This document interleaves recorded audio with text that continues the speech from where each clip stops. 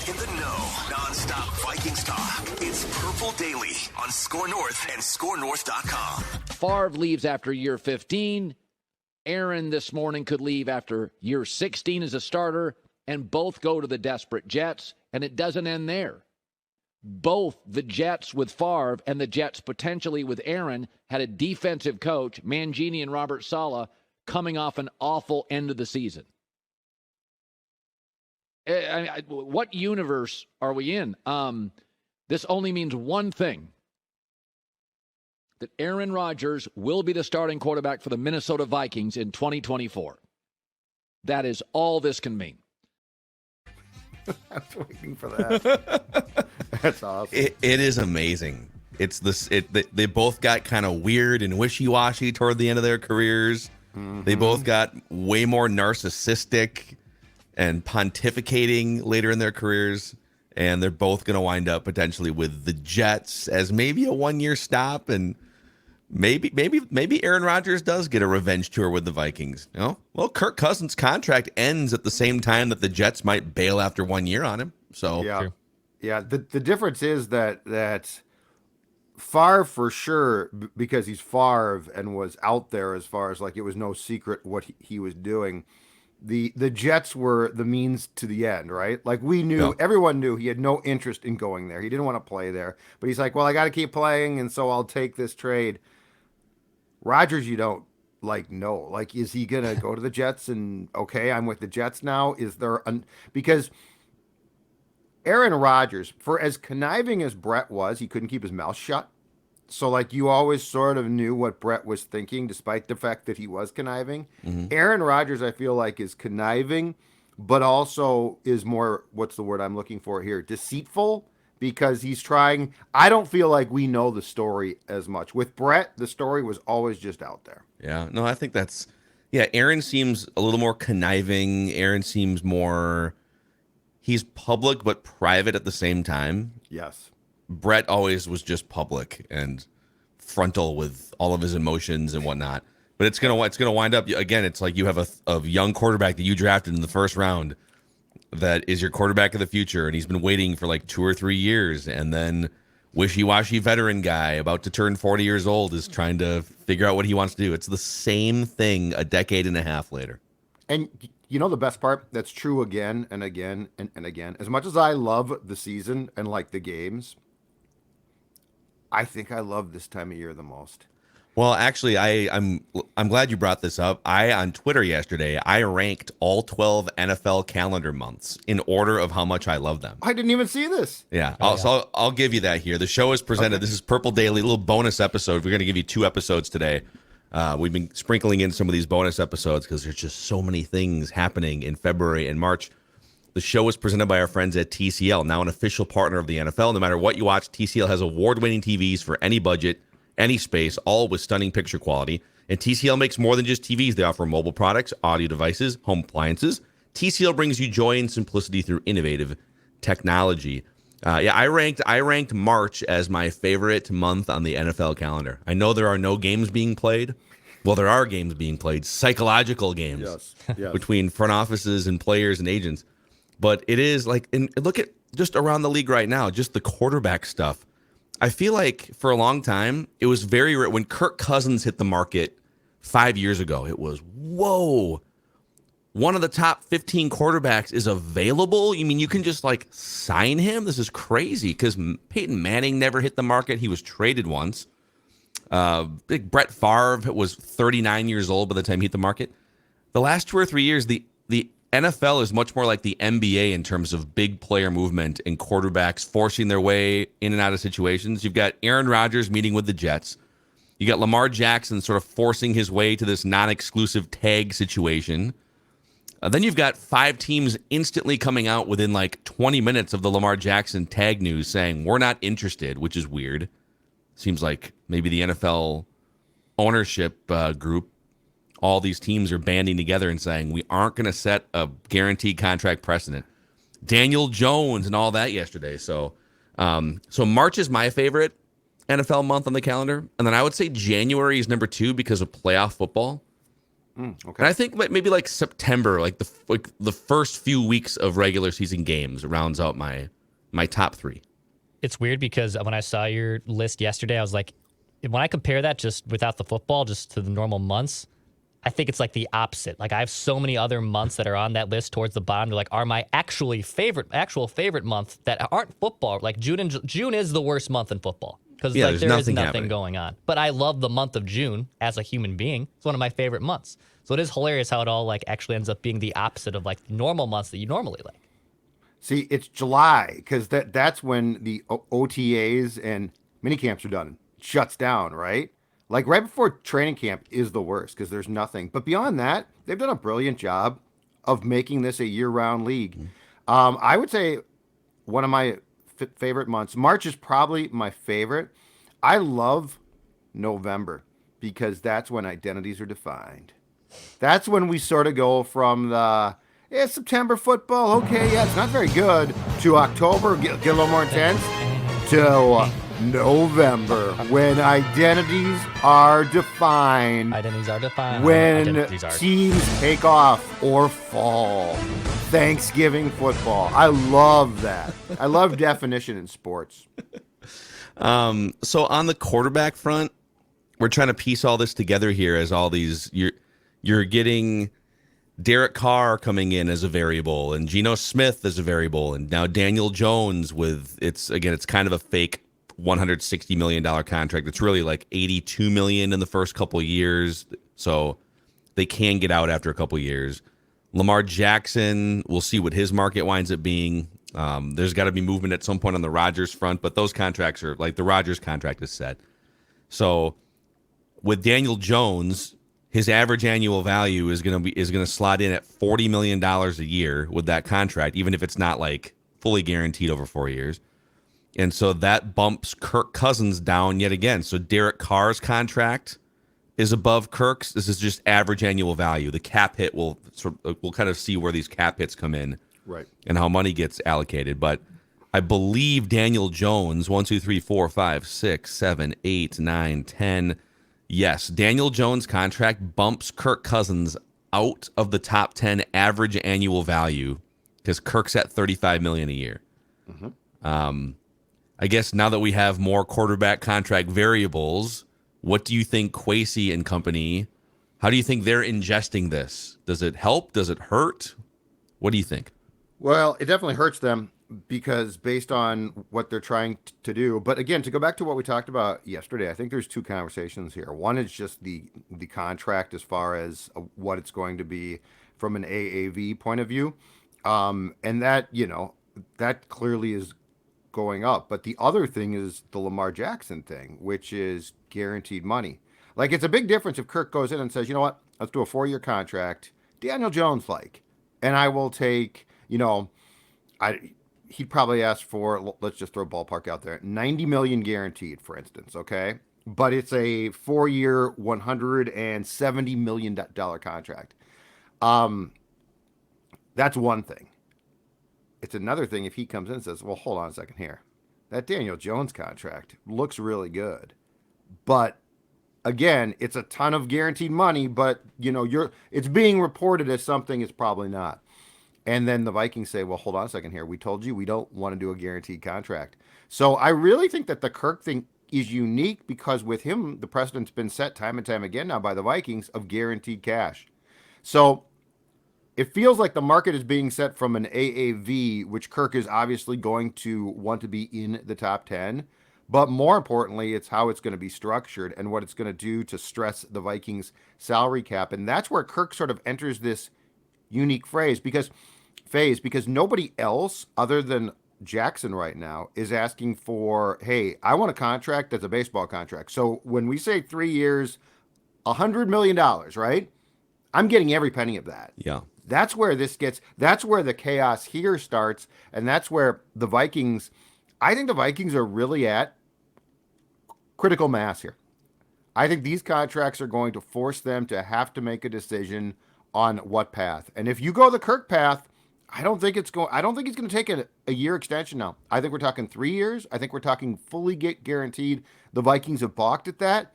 but there's nothing that's going on right now that's going to cause Kirk or his agency to back off. Dude, the two you brought up the Daniel Jones. If you're Kirk, I guess what I would point at is the two contracts that are just throwing everything off in the NFL right now are the DeSean Watson contract, which is a $230 million, I think, a 5-year deal. $230 million over 5 years, fully guaranteed. It's a baseball contract. It's the Albert Pujols contract. Yep. Fully guaranteed. For a guy that, before all the legal troubles, I think people would have put DeSean Watson somewhere between like the 5th and 10th best quarterback. He was in there in the playoffs going toe to toe with Patrick Mahomes, and he's dynamic and mobile, and we haven't really seen him at full strength with a full season to ramp up. It's been 3 years since we've seen it, but that guy with the legal trouble, not really being on Patrick Mahomes' level, but being a pretty good quarterback, gets a $230 million 5-year fully guaranteed deal. So if you're Lamar Jackson or anyone sort of in that tier that may come along next, you're going to look at that and say, well, that's the new precedent. So why would I'm better than DeSean Watson. I have an MVP award. I'm not out here getting accused by 42 massage therapists, or sexual assault allegations. Why does that guy get $230 million guaranteed and I don't? And I think my response back would be, well, the league may have learned, we probably pushed it a little too far. I don't think we need to be giving out, ironclad guarantee contracts. So I get sort of the backlash to it. But then for Kirk Cousins and the Derek Carrs and whoever else may come along in that bin in the future, you're now going to look at this Daniel Jones contract. And I get that it's not all fully guaranteed, but the average annual value set a mark that guys like Daniel Jones, who the Giants didn't even pick the 5th-year option up on, right? Am I right on that? The Giants did not pick up his 5th-year option. Yep. And we went from, in a 12-month span, them then saying, well, actually, we love you around here. We're going to give you $40 million a year. So if you're Kirk, if you're Kirk and you want to slot yourself in properly, the basement for your contract is Daniel Jones. But if you're the Vikings, you're looking at that contract and saying, screw you, Giants, for making this harder for us. Why would we want to pay a non-Patrick Mahomes quarterback close to Patrick Mahomes' money? Mahomes' average annual value is $45 million. Daniel Jones is $40 million. If you're Kirk, you're going to want to slot in somewhere between those numbers. And if you're the Vikings, you can't do it if you want to win a Super Bowl. And Daniel Jones, keep in mind, was shooting for 48. He was shooting for 48. He took in his mind $8 million less. But because then he's looking at the Russell Wilson contract saying, well, I was better than Russell Wilson, and that guy makes $48 million average annual value. But what makes it more complex is Kirk is going to swoop in now and say, forget the nonsense. Let's get rid of the niceties. I want 3 years, 110 guaranteed. See, that's the problem. So you can't dress the contract up. You can't play with the cap as much. Like you can do. The void years is not the ideal thing. So like for the cap is fake group, the void years are, I think, a worst case path. So like ideally what you do is a 5-year contract. It's got guarantees, but it's also got a lot of what I like to call funny football money in it. And you can play with that, but not create void years. You just push it out. You do this, you do that. It's not ideal, but the void years is literally you are in a pickle. And now you're going to have to pay a guy to not play for you. Yeah. Danielle Hunter has void years. Kirk Cousins has void years. But keep in mind, those contracts then do not say they go through the void years. Those contracts end at the end of the actual payments. So this is the problem. Like the Vikings, I think, are in a worse situation today than they were yesterday morning. And the Vikings are in a worse situation than most teams as far as a choice here. Because their choice is not as simple as, okay, the Daniel Jones contract sucks, but it sets some parameters. Because Kirk's going to say, no. The only parameters are $82 million guaranteed, and I'm worth more than that. What did he get guaranteed the first time around? It was a 3-year 84? Yes, fully guaranteed. And that was the most fully guaranteed. Was that the most ever, even on non-fully guaranteed contracts, was that the most ever guaranteed to a quarterback? Or had there been before that $100 million guaranteed, over? I think it was right up there. Yeah, I don't think it might not have been the most, but it was the first time in the history of the league, and this is the huge thing, that a contract was fully guaranteed. Yeah, put some respect on Kirk's name, NFL media. I keep hearing, Deshaun Watson's the only one. No. No, Kirk was Kirk first. Cousins was the first man to walk through that door. It's a trend. The first man to walk on the moon of a fully guaranteed NFL contract. His Super Bowl, March. Kirk Cousins should be recognized in Canton for that contract. Have they framed the contract in the I'm pen not joking. and put it up there next to a Cousins jersey? His fork from Capitol Grill just also at the I love that. Canton. Some Cousins, meat chunks on it still. His contracts have done more for the Players Association than anyone has. Yeah. And that's great. Like, go get, the other day I tweeted a little congratulations to Geno Smith for grinding out 9 years, finally got his bag. Yeah. And of course, the Cousins Crusaders hijacked it. Oh, wait a second. Shouldn't Geno be looking to take less money to help the Seahawks? So, well, I get it. I get what you're trying to do there. When Kirk signed his first big generational money, life-changing contract 5 years ago on our radio show, we were all for it. Awesome. Good for Kirk, man. He earned it, played his ass off in Washington. He was the final piece. There's a big difference between someone like Daniel Jones or someone like Geno Smith. This is maybe their one shot to get that type of a bag in their life because you never know what's going to happen. So Geno Smith, yeah, he made $17 million in 9 years playing in the NFL. You got a chance to make 100 now? Yeah. And the Seahawks have flexibility. I think there's a difference. If I'm Kirk, on one hand, I need more money than Daniel Jones because there's no question. I don't think anyone in this room or outside would argue who the better quarterback is between Daniel Jones and Kirk Cousins. But if you're the Vikings, you just, like I said before, you almost have to plead to Kirk and the agency and say, guys, come on now. Do you want to win a Super Bowl or do you want to win the negotiation over the Daniel Jones camp? Right? Or you don't at all. Like somebody has to draw the line here at, you know what? Derek Carr is good. He's not that good. Daniel Jones was coached up. He's not that good. So I don't think that you plead. I think that you make the most prudent decision for your franchise. And if you think that you have a person, man or woman in your building that can identify a quarterback who's not going to cost you the world, and that guy would be a draft pick right now, I think that's the answer. Like, and it's got to be a decision that's informed. I'm not saying that you tell Kirk buzz off, bleep you, but I am saying to use the line at the bottom of our screen right now, the NFL quarterback chaos has to stop with somebody.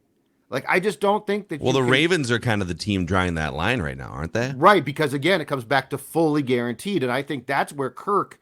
I think if Kirk was after the Daniel Jones contract, just that contract, that type of contract, maybe a little more guaranteed, I think he'd probably get it.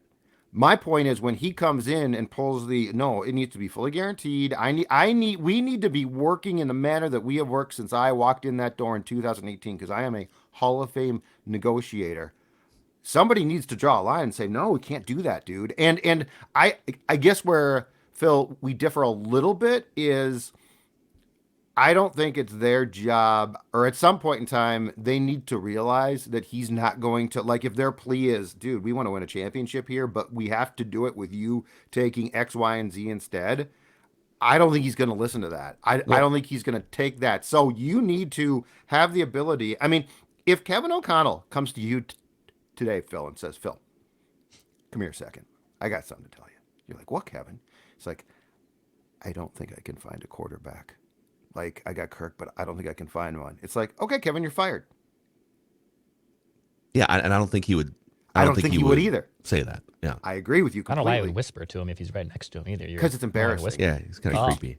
No, it'd be totally embarrassing. It'd be like, I was hired to find a quarterback. Well, but you've just hit on another thing that we're learning here, that and the Giants are Exhibit A, because you've been pointing this out all week. That okay, Brian Daboll was lauded. Did Brian Daboll win NFL Coach of the Year? By the way, he did. I think he did. I'm pretty sure he did because I was surprised. And he won it because he coached in New York. Brian Daboll, yep, first season with the Giants resulted in the. So he was the Associated Press Coach of the Year, Brian Daboll. Pretty sure about that. Yes, he was. So he was crowned because of his work with Daniel Jones. Mm-hmm. He was crowned the best coach in the NFL, which we could debate. Why would you then turn around? So your coach has proven he can win a bunch of games and a playoff game with Daniel Jones. And then you go around and give Daniel Jones the bag, $40 million.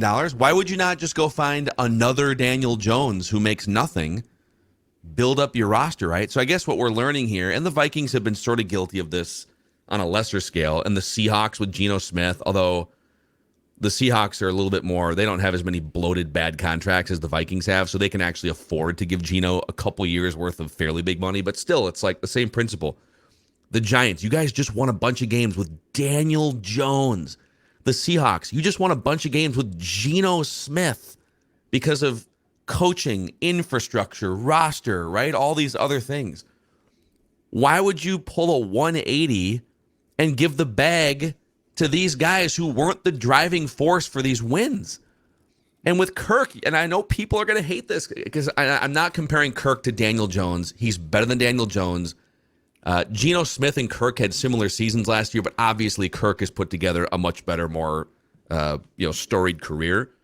But Kirk, for the first decade of his career, was a gravitational pull toward 500.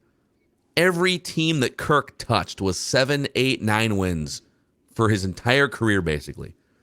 All of a sudden, boom, Kevin O'Connell comes along, and they win 13 games out of nowhere. And Kirk's overall numbers and stats actually kind of went down. He was great in the fourth quarter, but you want to look at passer rating and some of those things. You can actually make a case that Kirk got worse in some categories. I like this version of Kirk better because he was a fourth quarter comeback master. But when you look at that, do you say, okay, wow, Kirk, you're going to get another bag because of what happened? Or do you say, Kevin O'Connell, wow, quarterback whisperer, man. He brought Kirk and this team to a new level. So the Giants, what are you doing? Seahawks, I kind of get it. But really, you're essentially cutting off your chance to do the same thing the same way that you were doing it with a different Daniel Jones by giving him $40 million. It's ridiculous. And in the case of Dable as well, look at what he did in Buffalo. Josh Allen got worse without him. There's no question about it. So this guy back-to-back has taken, and this doesn't mean that you can take Larry off the street and develop him. So we're not saying that. But it does mean that if you have a quarterback with a skill set and a high-end coach, and this is where I think, so in my opinion, this is where the sport needs to go to, because they refuse to create a middle class. They absolutely refuse to. They won't do it for quarterbacks. So in my opinion, where this league needs to go is, and it sort of is, but they dip their toe in the water and then they don't do it, is, okay, Kirk Cousins is a really proficient, good quarterback, and he wants a contract that really is going to cripple us. But we've got Kevin O'Connell, who again is under our control with a contract that I'm going to guess pays him very well, but nowhere near $85 million guaranteed, right? So why wouldn't you say the key is to find the coach and the coaching staff and the play caller that can develop a quarterback, identify him and develop him, and then everything around him can be actually enhanced because of that. Because if we're going to refuse for anybody besides Baltimore, I guess, to put their foot down and say, dude, we can't do this. Here's what you're worth. Derek Carr, good or bad, you are a good quarterback, but you're coming off a disappointing season. Your career's been up and down, sort of like Kirk.